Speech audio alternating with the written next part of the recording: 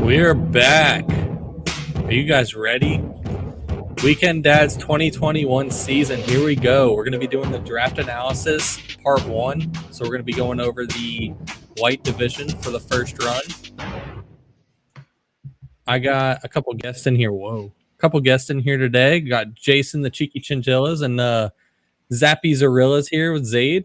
How are you guys doing today? Doing great. Glad to have we have some football next week, and couldn't be more excited. I'm doing great. I'm glad we're back and the pod is back, so that's exciting. Football's the pod is back, and it's exciting. We have we just had a big win for the old alumni of all of us. Charlotte getting a big W over Duke. So, back when we look at these videos like 10 years down the road and Charlotte's winning like national championships and shit, like we'll remember back that first win on Duke, and it's going to be a big deal. So big building block today. We're laying the foundation. You can't build a house if you don't have the foundation. So gotta just keep that rolling. So before we get into the analysis of the actual draft, I just wanted to ask you guys a question real quick of what's your favorite Weekend Dads draft memory of all time? First thing that comes to mind, what do you think of when you think of Weekend Dads draft, or what's just the funniest thing that's ever happened, whatever it may be? Jason, go first. Cam Akers this year is close, but I think the best one is Julian Edelman's keeper value a couple years back from Hippos after he was already out for the season with a torn ACL at like 5 years old. Okay. Zaid, do you have a favorite memory? I have a favorite memory from this year's draft. It's Cam Akers keeper value. Jason mentioned it, but I think that's what it is. And probably Colin and Trevor being best friends, smoking cigars in the backyard together is probably interesting. Okay. What about you, Blake? What you got? I mean, I feel like it's a yearly tradition at this point, but just always the write-ins of we had Brian Edwards, Darren Waller. I think wasn't even Raiders D was a write-in, I think, that same year, all for Austin. Had Jerry Jeudy this year. So, all these players that shouldn't get drafted just being write-ins. No, but I think it's always funny having like that moment of when someone grabs a Sharpie or whatever. It's like, oh shit, we got a write-in. Like, who's it gonna be? But yeah. Anyway, so we'll go ahead and start rolling into these just the analysis. So yeah, we're going through the white division. That's gonna encompass Jimmy, which is father of the Mags. We had a team or a name change this season. So big rebrand going on after, I guess it's like a second or third rebrand after we had some issues with. Since he's had more children. He's had more children than he's had rebrands. Let's be honest. I mean, he's going to have a lot of mags running around apparently, so we'll see what happens there. We also got Austin returning with the Nutcrackers this season. Dustin, the Cardboard Hippos, staple to the Weekend Dads League. Trevor in the Chain Gang. And then we have our 2020 reigning champion, Colin, and the Gibsons, all in this division. So, honestly, when you look at divisions, like, it doesn't really matter because I feel like our league's gotten to the point where it's competitive enough that either divisions, they're going to be close no matter what. Last year was a little weird with, I don't remember if it was white or black, but whatever division Mark was in, everyone, it was basically the NFC East with everyone under 500. But yeah, so we're going to pull up the draft board here. Something Jason was able to kindly put together for us, be able to run through here. And I want to go through these in the order that they drafted, going through the division. So we'll go Jimmy, Austin, Dustin, Trevor, and then finish up with Colin. So we'll go ahead and just roll right into it, honestly. So starting with Jimmy, his keepers were Devontae Adams and Kyler Murray. So he had Devontae Adams for his first and Kyler Murray for his seventh. My big surprise of his draft and kind of keepers was that he didn't go Zeke.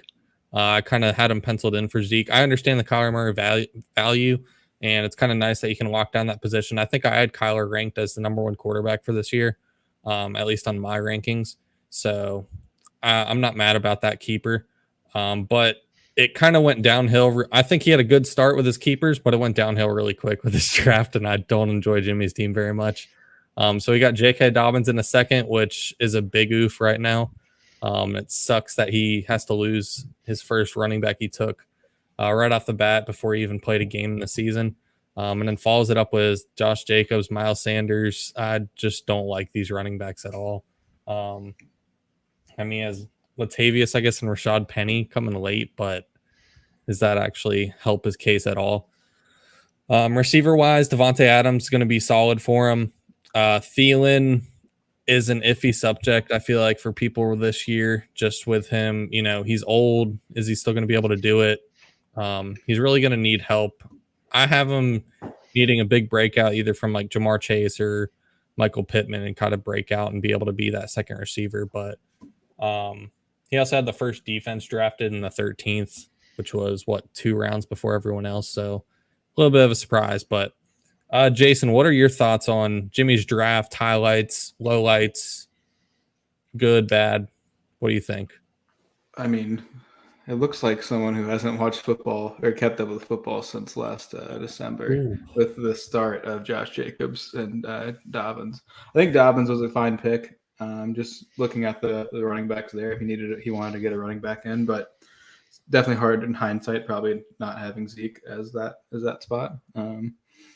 Josh Jacobs is someone that's been an exciting fantasy player the last 2 years, but I think everyone's turned on him a little bit. He's going in like the 6th round in drafts. I can see him producing value from the 6th, so he's just got little upside there. Same with Sanders. Like, the Eagles just hate Miles Sanders.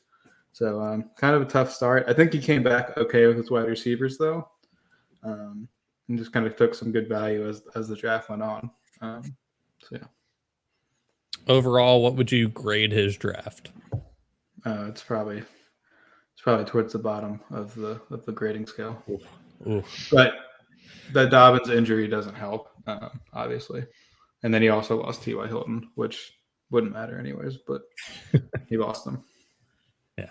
So, Zaid, thoughts on Jimmy's team, kind of your analysis on his draft and his overall draft class? Yeah, I was surprised with him not keeping Zeke. I really understand the Kyler Murray value there, but he could have gotten him earlier in the draft while keeping another running back that I know he struggled last year, but I think he's going to be back on track this year. And he went from, like, if it was me, I would have kept Devontae Adams and Zeke, and he ended up with Devontae Adams and Dobbins is out for the year now. So Josh Jacobs is RB1, and I really don't know about that this year. So we're going to have to wait and see how his running backs are going to look like. I kind of like his receivers. I don't think they're that bad, but I think he's gonna struggle this year. I think so. Zaid, you bring a interesting insight to this draft because you were right next to him in the draft. So was there anyone in particular that you remember where he either took them and you were hoping they would come back to you, or that you were afraid that Jimmy might take them and then they did come back and you were excited? Were there any players like that you had during the draft? Yeah, I think DJ Moore. I thought he's gonna pick both Cooper Kupp and DJ Moore. So I was like, maybe he's gonna pick Cooper Kupp first. So I picked Cooper Kupp first. I wanted to pick DJ Moore first, but I was like, he might pick DJ Moore, and then he went Sanders, Thielen. So that was a surprise. And then after that, I think he just like picked DJ Chark. Andrews not really on my list, and from down there, I think it was just pick whoever you think like highest upside. Yeah, the main issue is this is a 0 RB team, except you didn't get the wide receivers. It's a 0 RB team, but he drafted RBs in the first 4 rounds. Yeah, this is like a Dustin version of the 0 RB that didn't work out. But like, he took Jacobs and Sanders and like the 5-6 and got good receivers. So that's like what I mean there. So. You look at it and like Jacobs over, I like David Montgomery. So taking Jacobs over Montgomery, I don't like that. I mean, you look at Sanders. Surprised, yeah. I just don't love Miles Sanders. I think he could have grabbed, a Javonte. Well, I guess Javonte Williams would have made it back to him, but like Damian Harris or even a Trey Sermon, Gaskin, whatever later, and taken like an Allen Robinson or a Chris Godwin, whatever it may be, a little bit earlier, and just had a good receiver duo basically, and kind of nailed down, like Jason was saying, with the 0 RB technique or strategy, and just kind of grab those running backs later. But yeah, overall, didn't love Jimmy's draft. I'll be interested to see. I feel like we didn't like his draft last year. He still ended up being a pretty good team. But it's going to be a rough start for the Mags this year. So, but we'll go ahead and move on now to Austin. So I think Austin actually just joined the chat as well. So the Nutcrackers, they used their keepers of Darren Waller and Austin Eckler. So we had Darren Waller for a 4th and Austin Eckler for a 2nd. I don't mind those keepers at all. With that, he was still able to get his 1st round pick, get Najee Harris. I love Najee this year, honestly, especially seeing in the preseason how they're using him. I don't think he's going to come off the field much. I think they're going to be throwing to him. They're going to be handing him the ball off. They're just going to use up Najee as much as they can, and he has potential to be top 10, top 5 even running back, honestly, on the season in my eyes. The Golladay pick stands out to me as a kind of oof with his first receiver, but I guess someone has to take Golladay eventually in the draft. He did go on a pretty long wide receiver run though, after picking 3 running backs basically to start off the draft. I don't love the Swift pick either. Swift's just not one of my guys that I like this year. But he was able to get a steal later in the draft just because the ETN injury hadn't happened yet. He got James Robinson the 11th, and when ETN went down, that's going to turn out to be a really pick for him now and have some good running back depth or even a flex player be able to play. And then at the very end, he got all the way down. He got his boy Amon-Ra St. Brown because he's got to stay with the Austin brand. So overall, I don't think back in February because Cam Akers was selected. Cam Akers was selected here apparently for keeper value. So Weekend Dads has a IR slot, and Austin feels that he wants to keep a guy that exploded Mount St. Helens his Achilles, and probably will never be the same. But in Austin's eyes, he's going to take him. I believe a direct quote from him would be the consensus would be to not draft Cam Akers. So he's going against the grain and feels that, it's a good pick. So I can't wait for the long-term play out on this Cam Akers pick. He's going to take down the league next year with that 8th round keeper value and Cam Akers. Like, whew. But I like what Austin did at the start. I mean, I don't know if I'm taking Harris over Zeke or Taylor. I don't think Austin's taking Taylor there regardless. But I think Harris can certainly have like top 5 upside on the year and kind of needs it with the where he took him. Eckler was a good keeper. Swift, that's someone I'm not high on, but I can see the upside there. I probably would have went receiver, but he did kind of a good draft from there. He took receivers after to kind of build for where he was missing and had to get some depth. I just don't know if that depth's good enough with Golladay already hurt and Odell having in here and Russell Gage. I don't know what he can be with Pitts moving in. I think Pitts is probably the 2 there, so it'll be kind of interesting to see if that works out.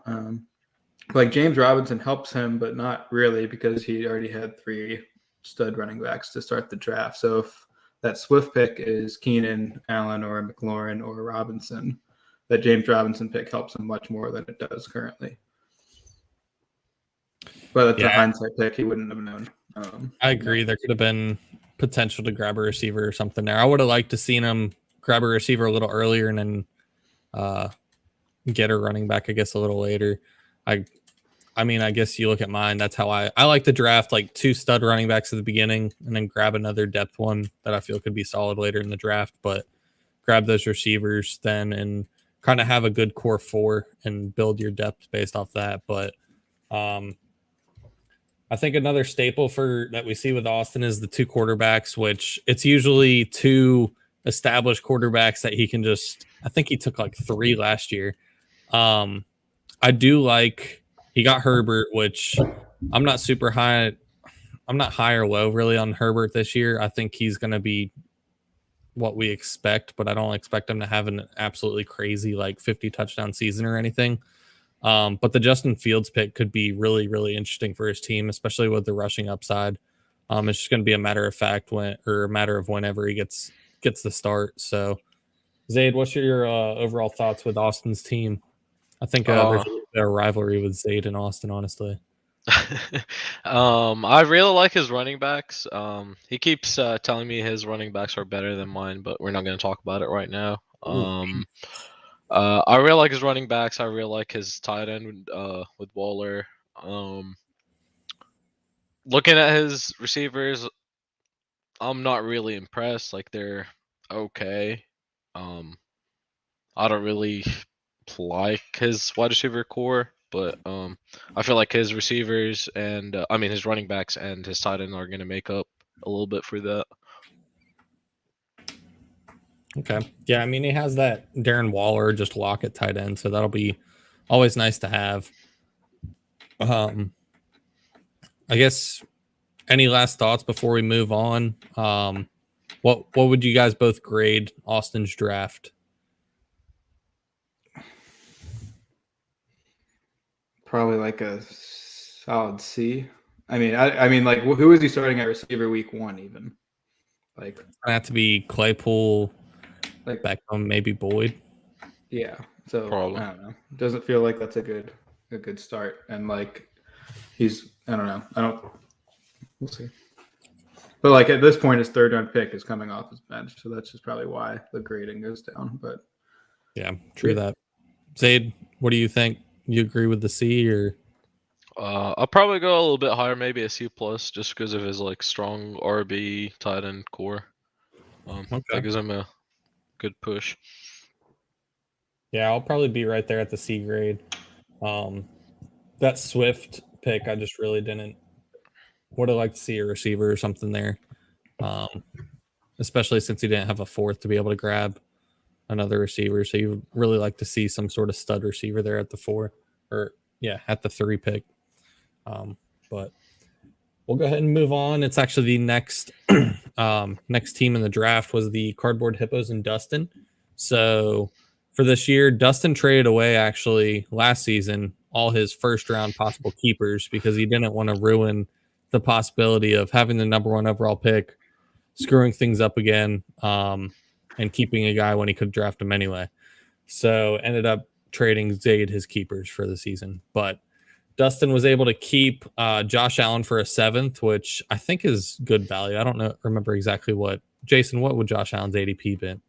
Because you're the I mean, he probably would have went in the 4th in this league. Okay. Maybe and he also got Justin Jefferson in the 8th, which is great value.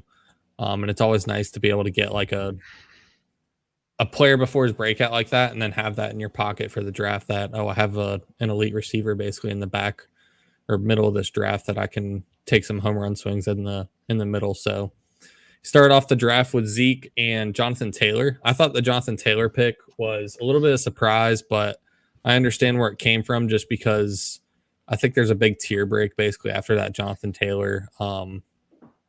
Basically after Jonathan Taylor's pick because Eckler and Jones were both keepers. So Dobbins is your next available running back.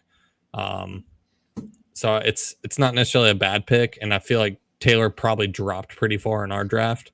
But a lot of us just aren't very high on him. Keenan and Deontay are, I think, great picks, especially when you have Justin Jefferson all the way in your 8th round pick or a keeper. And then the sniping began of Mark's guys. So he's clearly been spending way too much time at Kits with Mark and just took Javonte Williams, Damian Harris, and that's been Mark's guys all off season. So shirt up his running back, or I guess backup running backs at that point because he already had taken some. That is Jonathan Allen, grabbed Logan Thomas at a tight end, which I don't really know how I feel about Logan Thomas. I feel like after the tier of TJ, Pitts, and Mark Andrews, I don't really like any of those tight ends until later. At that point, I would rather just wait until the very end and grab a like a Gesicki, Fant, Everett, whatever it may be.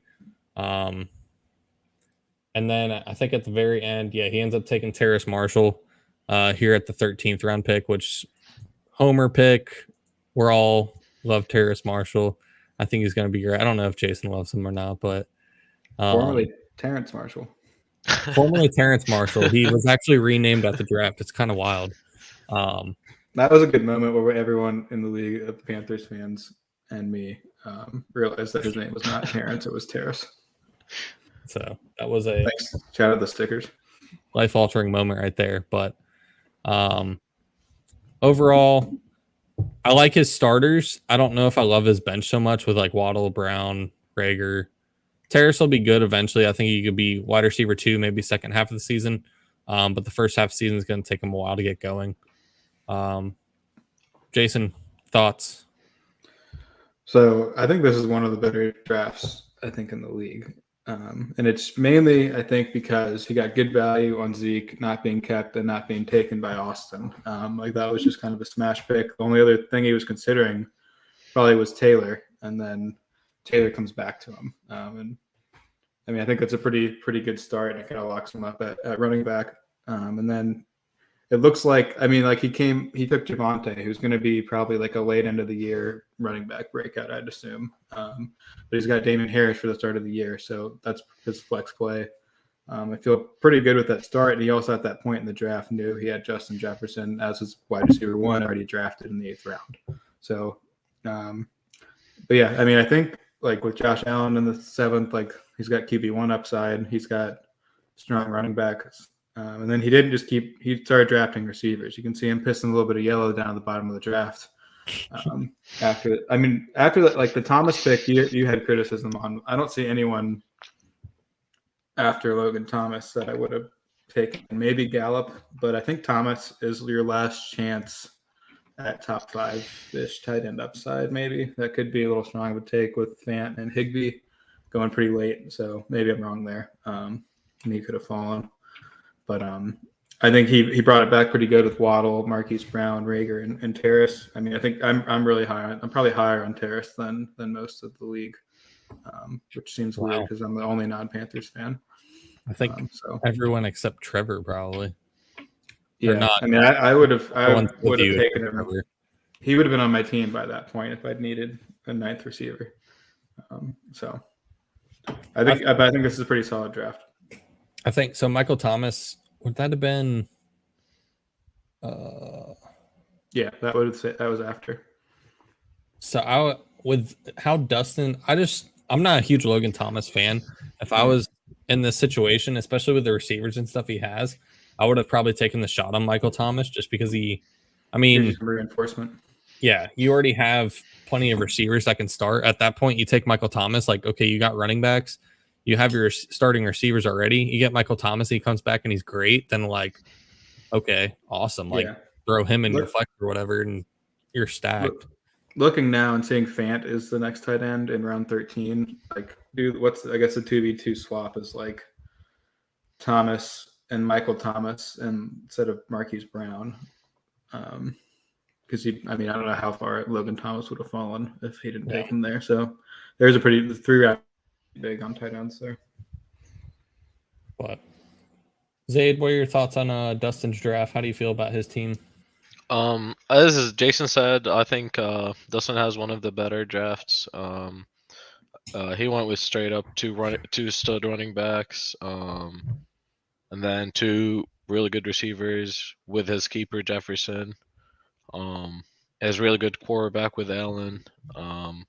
But I don't know about his like backup or depth on receivers. I feel like if one of his starters got injured, he's gonna struggle. But I guess we'll see if Terrace Marshall ends up being really good, as we expect him to be. That might work out. The only what's the swap? It'd be Damien Harris in the 6th, and you take Claypool or Jamar Chase. He wanted Jamar Chase. Actually, I think he did. But that's probably the only thing I would consider changing if you wouldn't consider Thomas. Or even Debo. Yeah, so I think if you have a guy like that, that's his fourth receiver, and maybe I feel a little better than that being my fourth receiver than Waddle. I'm if still fine Deontay with or- it. because Yeah, I think I think it's also- fine too. I think he'll probably play a running back in the flex, and I think he was more worried about running back depth, just having guys on his bench. Because Yeah, Dustin he's at a spot in the wire draft as there. much. He's at a spot in the draft there where he didn't have a 7th and 8th round pick, so he had 30 picks to kind of plan for. Like, I need one more at this position. So I understand it, but I probably would have still swapped it. But I mean, I'm not one to talk on that kind of stuff. I'm gonna say that every time. Yeah, so I mean, I feel like I didn't notice it at the draft, but now looking back at it, I really like Dustin's draft. I think he did really well, and I think the keepers really set him up for kind of not an easy draft, but like being able to kind of take chances, I guess, on some certain players, and then Zeke falling to him, stuff like that. Like, just kind of made a solid team. So I'd probably give him, I don't know, like an A, B plus or an A. Honestly, I think he did really good. Has a I'd say B solid plus. all-around team. Also a B plus. Yeah, that's pretty good. I mean, like, he couldn't have gotten Taylor any later. Like, there was no other option for him at that point. Like, that's a pretty good value. Yeah, I mean, Jonathan Taylor has the potential to be like one of the top running backs, and you get him at the very end of his tier after like CEH and Mixon. Probably beyond his tier even. So it's kind of crazy, but alrighty, we'll wrap up Dustin. We'll go ahead and move on now to Trevor, the chain gang. So his keepers this is basically the opposite of Dustin's situation. So he had Derrick Henry and Travis Kelce taking up his first and second picks. I know we discussed a little bit before the show. Trevor's team looks very much kind of like he just took the best of possible value that kind of fell to him, whether it be receiver, running back, whatever it may be. So he followed up with three wide receivers, which Allen Robinson, Woods, and Ayuk. I like these guys, especially. I like Allen Robinson. I think quarterback's been an issue for him basically his whole career. I don't know how Andy Dalton might be in particular, and then you have a rookie in Justin Fields coming in, so be interested to see how a rookie quarterback can support him. But Woods with Stafford coming in is very interesting to me. Ayuk, you'd look to make that second year jump. This is his second season, right? Yep. Okay. So yeah, look for him to make that jump. He was really excited about the Kareem pick and finally getting Kareem back after a year or two, whatever it may have been. After 2-year suspension for domestic abuse. Yeah. Grabbed his quarterback in Lamar. I like the Mostert pick, especially at the start of the season. Mostert can easily be his other starting running back and kind of fill in. And then he just started kind of taking some shots on receivers. I think we persuaded him a little bit. We make fun of him so much for drafting old guys, which he still got Antonio Brown, which is old, and an old former chain gang ACL squad member. But he went Devonta Smith and Elijah Moore, and Rashad Bateman later. So he was trying to get some youth and try to counter his stigma of always drafting old guys. Always has to get his two quarterbacks, but that's just Trevor. So Zaid, we'll start with you. What's your overall thoughts on Trevor's team? I like his team. I like how he had Derrick Henry and Kelce for his keepers. That was like easy keeper situation. And then he picked Allen Robinson, Woods, Ayuk, which I really, really like. I really like Hunt.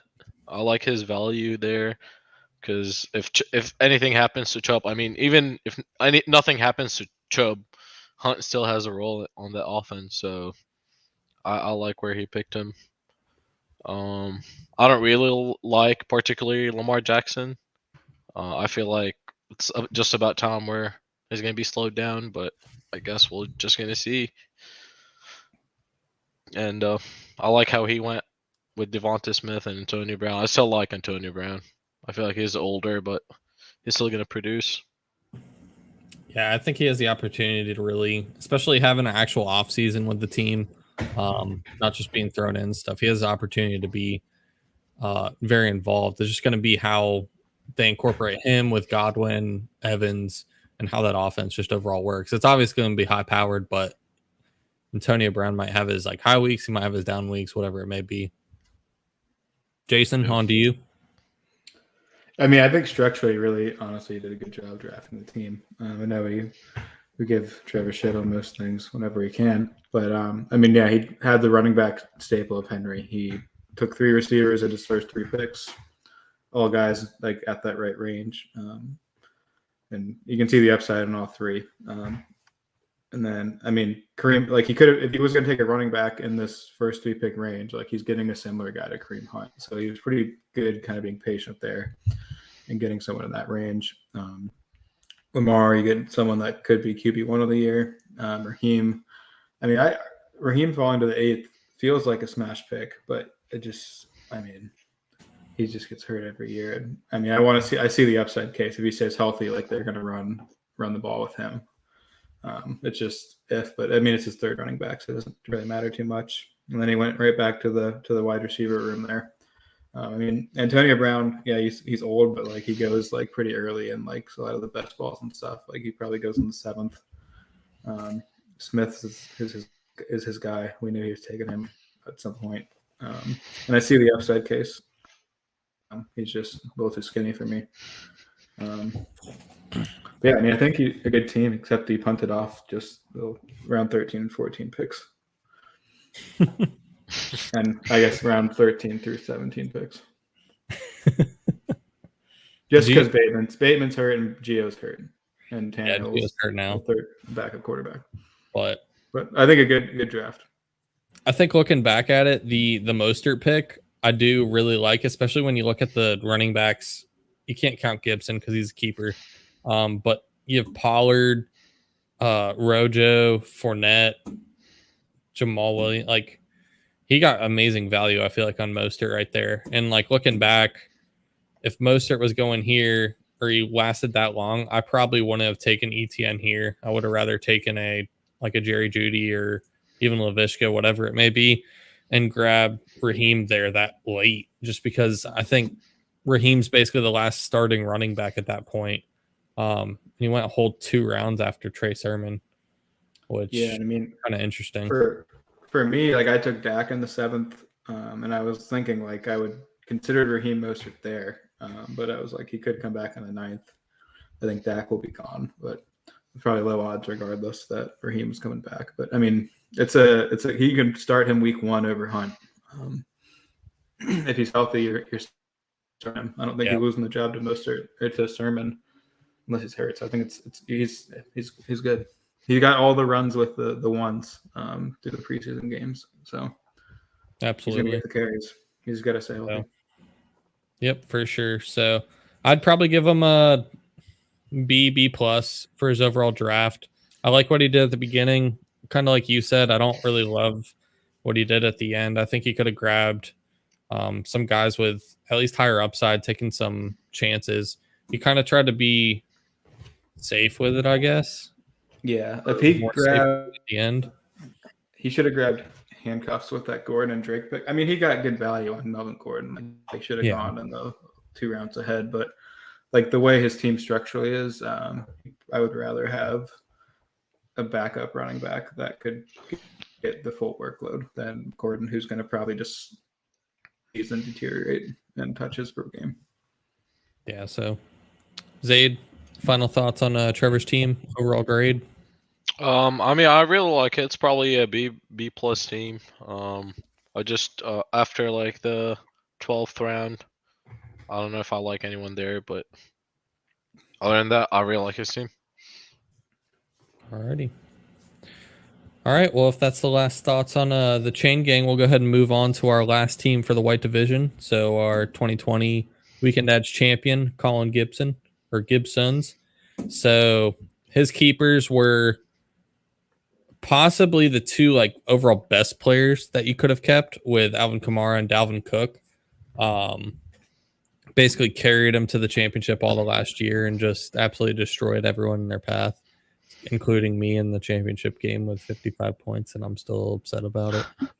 But so I mean, Colin starts off his draft with he's at the 109, gets Dalvin Cook, who's I think consensus 102 pick, basically at least top 3 pick, and then gets Kamara, who's probably the 4th or 5th running back, the 4th or 5th pick in every draft for a 2nd round pick, and just starts off with 2 stacked running backs, absolutely locked on that position. Follows it up with Mike Evans, who Jason likes to call the Jerome Bettis of the wide receivers, just all touchdowns, 1 for 1. You know, that's all you need. 2-2-2. 2-2-2. Got some running back depth with Chris Carson, Myles Gaskin. Got T. Higgins, Robbie Anderson, Cortland Sutton. I mean, going through Collins draft, I like it, especially with the keepers. He didn't have early round picks, but I mean, you're not going to get better than Dalvin Cook and Kamara anyway in the first 2 rounds. Grabs Evans, Higgins, Anderson, I think are 3 solid receivers to be a starting receivers in there. I think Sutton could definitely be serviceable. We'll see how Teddy kind of does as the season goes on, but he could easily be his flex play. I've been waiting on a Devontae Parker breakout my whole life, and it looks like it's happening, and then it isn't happening, and then it is again, and then it's still not happening. So we'll see how Tua is this year. He got a little bit more running back depth. Cole Beasley, I think he actually got at really good value because unless he gets COVID, and since he's unvaccinated and whatever and psycho, but he's the wide receiver 2 for the Bills, isn't he? I mean, who else is there in the Bills to throw to?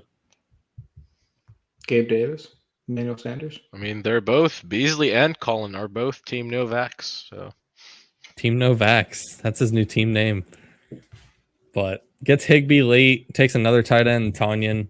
I think honestly, I'm kind of surprised Tanyan went completely undrafted, but he's got that Green Bay stack with Rodgers, so I don't know if he's making any waiver wire additions or changed anything around since the draft, but overall, I think Colin did great. He still has a great team. It's kind of hard to mess up when you start with Cook and Kamara, but his team looks good. I love his wide receiver, or at least his core receivers. But Zaid, thoughts on Colin's draft? I think Colin had a good draft. I mean, starting with his keepers, as you said, like you can't really beat that. And then he followed that with a receiver with Mike Evans. I don't know if I necessarily like Chris Carson in the 4th round, but other than that, I really like his draft. You can't really go wrong when you have Cook and Kamara, really. Jason? I mean, if I have Collins keepers, I'm not drafting a running back till round 14. Like, what are Chris Carson and Gaskin going to do for this team when he probably needs, like, if he just ties up like a stud wide receiving group, like with those two of the top 5 running backs, top 3 running backs, like, I don't know how we're beating them. So I feel a little, It definitely could have been GG if he got like if he gets Woods Robert. Yeah, he has Woods there. He has Judy. He has Fuller. I mean, he could have had a really deep receiving core. So, but I mean, he took good players in like the right range. The Gaskin pick is seeming to be okay. I think I'm not really sure of what the Dolphins are going to do at running back. It seems like it's committee, but sometimes it's just Gaskin. So I don't really know. I don't know if you ever feel safe starting Myles Gaskin, at least the first 5 weeks of the year.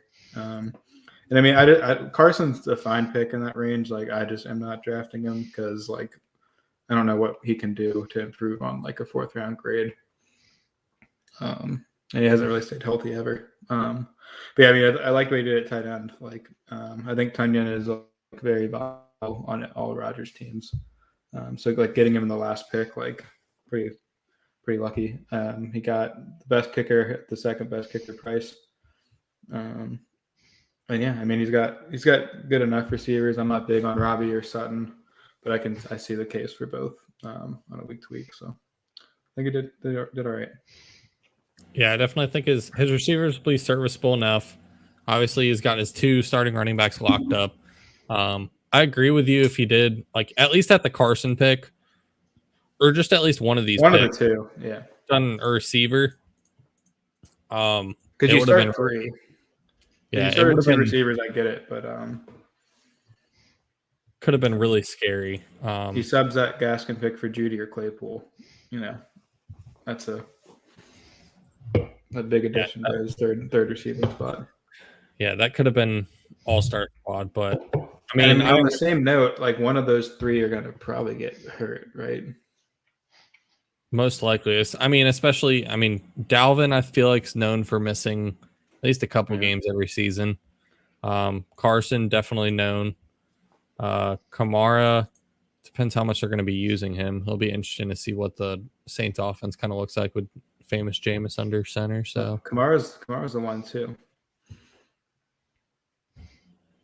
So, yeah, I think he did good though. His team's solid. He's got good receivers, obviously good running backs, tight end value late. Rodgers starting at QB. There's nothing to really complain about with this whole team. So I think overall, he'll still be a problem in the league. So yeah, as long as he didn't reach 5 rounds with every pick, he's got a good team with this keeper situation. So, yep. So. Zaid, Jason, any last thoughts on the Gibsons?